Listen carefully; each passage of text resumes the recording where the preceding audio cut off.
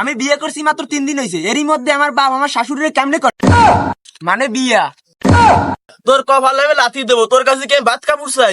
কিরে সবুজ, কামটা করলি?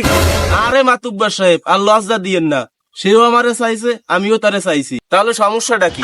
এটা কিভাবে সম্ভব? আমার বাপ যদি আমার শাশুড়িরে বিয়ে করে তাহলে আমার বউ তার মায়ে হয়ে গেল না? আর আমি তো আমার বাপের আগে থেকেই চলছিলাম, তাহলে আমরা দুজন জামাই বউ ভাই বোন হয়ে গেলাম না?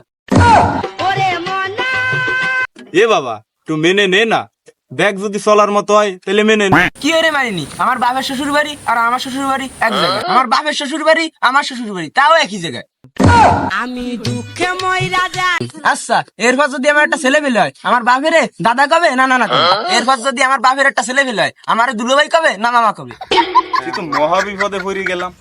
ইরম সালিশি তো আমি বাপের জন্মে কোনোদিন করি নেই। ও মাতুব্বর, সে নাই বাতি দিলাম, আমি আমার আব্বারে শ্বশুর কব না বাপ কব? আমি কোন বিপদে পড়লাম?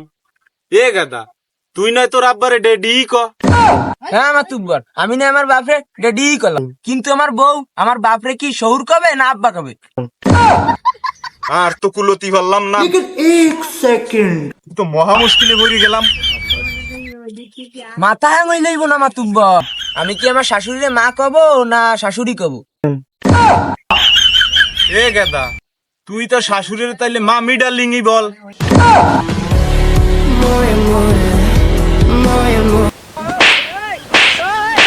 এ বাবা, একটু মেনে নে না, আমারও তো সংসার আছে, আমারও তো বাড়িতে যেতে হবে।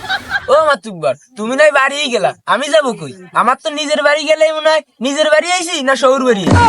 বিশ্বাস কর ভাইফু, আমি নিজেও জানি না। ও সবুজ ভাই, তোমার সেটা তক্তা ভেঙে দেবা আমি, তুমি তো কাজের কাজ করলা।